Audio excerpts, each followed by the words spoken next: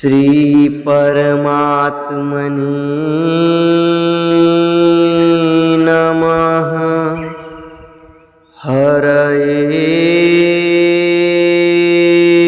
नमः। श्री गुरुचरणकमलेभ्यो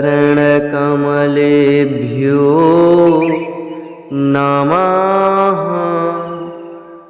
श्रीमद्भगवद्गीता अथ तृतीयोऽध्यायः। श्लोक 31।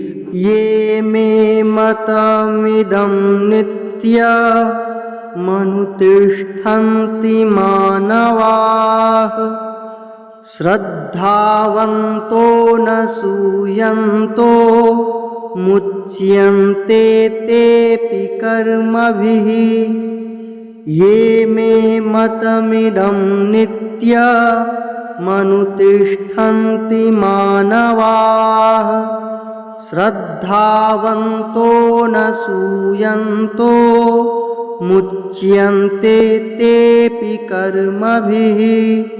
अर्थ: जो कोई मनुष्य दोष दृष्टि से रहित और श्रद्धा युक्त होकर मेरे इस मत का सदा अनुसरण करते हैं, वे भी संपूर्ण कर्मों से छूट जाते हैं।